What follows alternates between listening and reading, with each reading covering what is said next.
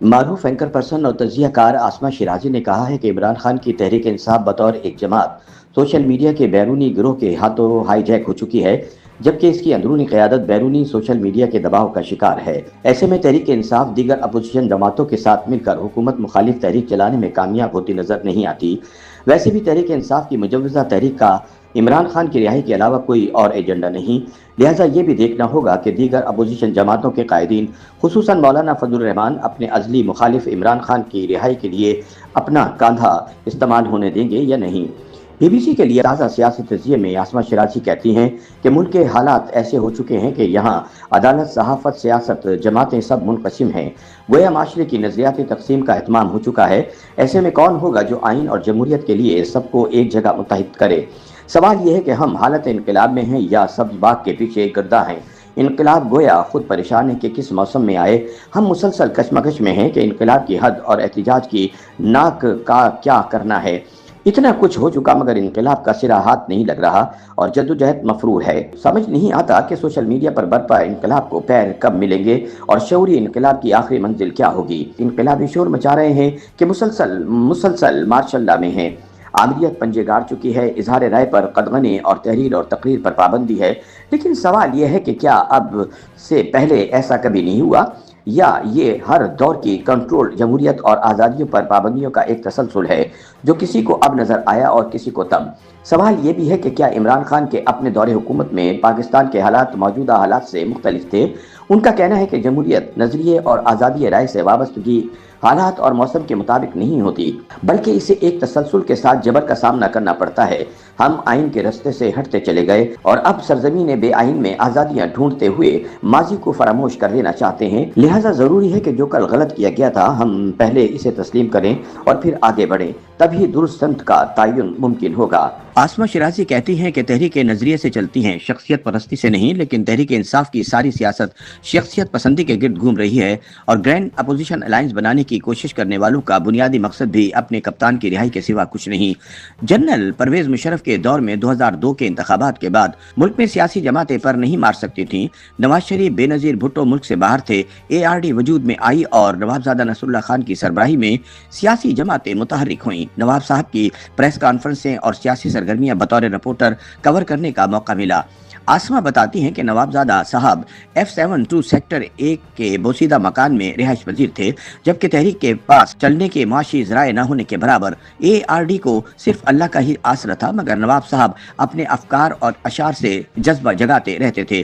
باہر بیٹھی قیادت اور اندر بیٹھے کارکنوں کو یہ احساس البتہ تھا کہ قیادت محفوظ ہاتھوں میں ہے، جو کسی سے خفیہ مذاکرات کرے گی نہ ملاقات۔ وہ بتاتی ہیں کہ 2002 سے 2004 تک آمریت کی سختیاں زیادہ تھیں، اس کے باوجود چند سرفرے تحریک چلاتے نظر آتے تھے۔ مشرف دور میں نواز لیگ کے سابق سیکرٹری اطلاعات مرحوم صدیق الفاروق اٹھائے گئے، مخدوم جاوید ہاشمی کو گرفتار کیا گیا، سینیٹر مشاہد اللہ خان نے شاہراہ دستور تک پہنچنے کی کوشش کی، اقبال ظفر جھگڑا صحافیوں تک خبر پہنچانے کی تک و دو کرتے رہے، جبکہ پیپلز پارٹی کے نیر بخاری سمیت کئی کارکن سڑکوں پر نکل آتے اور اپنی جدوجہد کا اظہار کرتے۔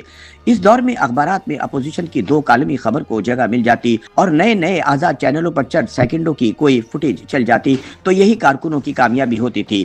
نہ کوئی کفن باندھتا، نہ قبر کھودتا، نہ سوشل میڈیا تھا، نہ کوئی مہم چلتی، مگر سیاست اپنی زندگی اور صحافت اپنی آزادی کا اظہار چھینتی دکھائی دیتی۔ کوئی انقلاب لانے کے دعوے نہ کرتا، مگر اپنی ذات کے اندر انقلاب کی کوششیں ضرور دکھائی دیتی۔ آسما شیرازی کہتی ہیں کہ آج ایک مرتبہ پھر اسلام آباد میں اپوزیشن اتحاد بنانے کی کوششیں جاری ہیں۔ عدالتی آزادی کی جنگ لڑتے لڑتے آئین کی بجائے مختلف سیاسی گروہوں کے سامنے سرنڈر کر چکی ہیں، جبکہ پارلیمنٹ اپنی سیاسی جگہ کھو بیٹھی ہے اور صحافت نئے قانون کے تحت پابندیوں اور اندیشوں کی نظر ہو چکی ہے۔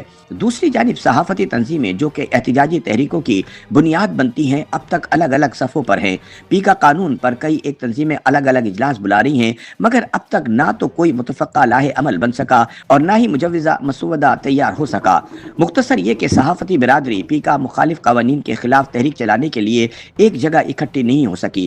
عاصمہ کے بقول یہی حال سیاسی جماعتوں کا ہے۔ چھوٹی بڑی درجن بھر سیاسی جماعتیں ایک جگہ کھڑی ہیں، مگر اب تک جمہوریت آئین کی سربلندی کا مشترکہ ایجنڈا طے نہیں پا سکا۔ ہو سکتا ہے کہ جلد کوئی پیش رفت سامنے آ جائے، مگر تحریک انصاف کا موقف اس پر کیا ہوگا اور عمران خان کس کو ساتھ لے کر چلیں گے، یہ سوال تاحال جواب طلب ہے۔ اپوزیشن جماعتوں میں تحریک انصاف سب سے بڑی اور مقبول جماعت ہے، مگر کون سا دھڑا زیادہ مضبوط ہے اس کا فیصلہ بھی نہیں ہو پایا۔ اتنی بڑی جماعت کو نہ تو اپنا لاہ عمل پتہ ہے اور نہ ہی طریقہ۔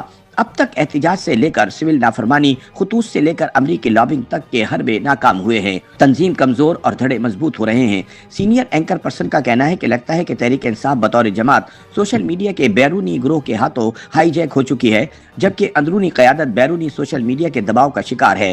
ایسے میں سوال یہ ہے کہ کوئی حکومت مخالف مشترکہ تحریک کیسے جنم لے گی؟ اس کا ایجنڈا وسیع ہوگا یا فقط عمران خان کی رہائی تک محدود؟ ان معاملات پر سنجیدہ بحث تاحال جگہ نہیں لے سکی۔ حال ہی میں ایک اجلاس میں مولانا فضل الرحمان نے یہ سوال اٹھایا کہ اتحاد میں کوئی اختلاف نہیں، تاہم ان کے تحفظات کون دور کرے گا اور ضمانت کیا ہوگی؟ مولانا فضل الرحمان قائد ہوں گے یا خان صاحب ان پر بھروسہ نہیں کریں گے؟ یاد رہے کہ پی ڈی ایم نے مولانا کو اپنی تحریک کا سربراہ بنایا تھا۔ دیکھنا یہ ہے کہ کیا اب بھی ایسا ہوگا یا فقط انہی لوگوں کا ہجوم اکٹھا کر کے عمران کی رہائی کے لیے استعمال کیا جائے گا اور پھر دوبارہ انہیں ڈیزل کا خطاب دے دیا جائے گا۔ سوال یہ بھی ہے کہ کیا خیبر پختونخوا میں مولانا کے ساتھ پی ٹی آئی کا انتخابی اتحاد ہوگا یا نہیں، اور کیا انہیں پچھلے الیکشن میں ان سے چھینے گئے اضلاع واپس کیے جائیں گے؟ سوال یہ بھی ہے کہ خیبر پختونخوا میں علی امین گنڈا پور کی موجودگی میں علاقائی اور نظریاتی اختلاف پس پش ڈال کر آگے کیسے بڑھا جائے گا؟ عاصمہ کا کہنا ہے کہ اپوزیشن جماعتیں اتحاد بنانے سے قبل اب تک طے نہیں کر پائیں کہ حکومت کے خلاف کوئی ممکنہ تحریک چلنے کی صورت میں بات چیت کس سے ہوگی، فوجی قیادت سے یا پھر سیاسی رہنماؤں سے۔ یہاں عدالت، صحافت اور سیاست جماعتیں سبھی منقسم ہیں، گویا معاشرے کی نظریاتی تقسیم کا اہتمام ہو چکا ہے۔ ایسے میں کون ہوگا جو آئین اور جمہوریت کے لیے سب کو ایک جگہ متحد کرے، ورنہ یہ سمجھ لیا جائے گا کہ اب یہاں کوئی نہیں آئے گا۔